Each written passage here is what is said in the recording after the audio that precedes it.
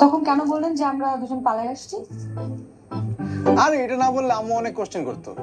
ভালো হয়েছে, এক কথায় শেষ, ঝামেলা শেষ।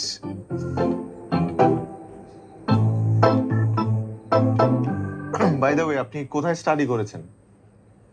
সাউথ ইস্ট ইউনিভার্সিটি থেকে ল শেষ করেছি গত বছর।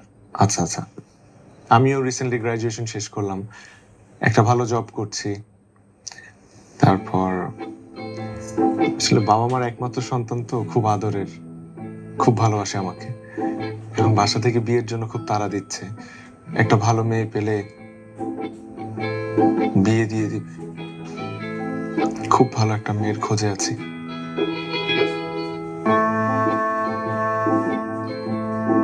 আচ্ছা, আপনার স্কুল কোনটা ছিল?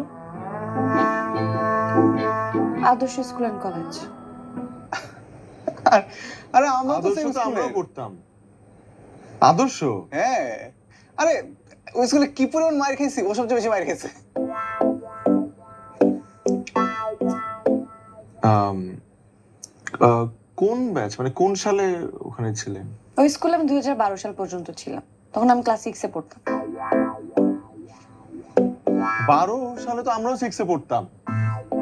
এই আপনার নাম কি? আপনার নামই তো এখন পর্যন্ত জানা হলো না। আমার নাম সাইরা। সায়রা? স্যার নামে কেউ ছিল না তো? সায়রা নামে তো আমাদের না না, আমি যখন স্কুলে ছিলাম তখন সবাই আমাকে রিমঝিম ডাকতো, তারপর কলেজে এসে নাম চেঞ্জ করে ফেলছি।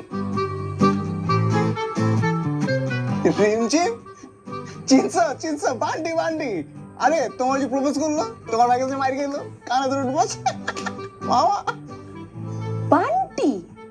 তখন বয়স কম ছিল তো, এই কারণে। না, এখন তো স্মার্ট হয়েছে, ভালো জব করে, জিম করে। তা অবশ্য সত্য, তুমি বান্টি আগে থেকে হ্যান্ডসাম হয়েছো।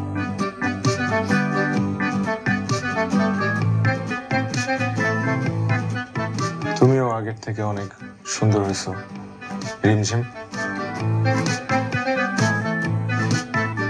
ঘুমাবো, ঘুম পাইছে। রুমটা কোন দিকে? এই তো সোজা।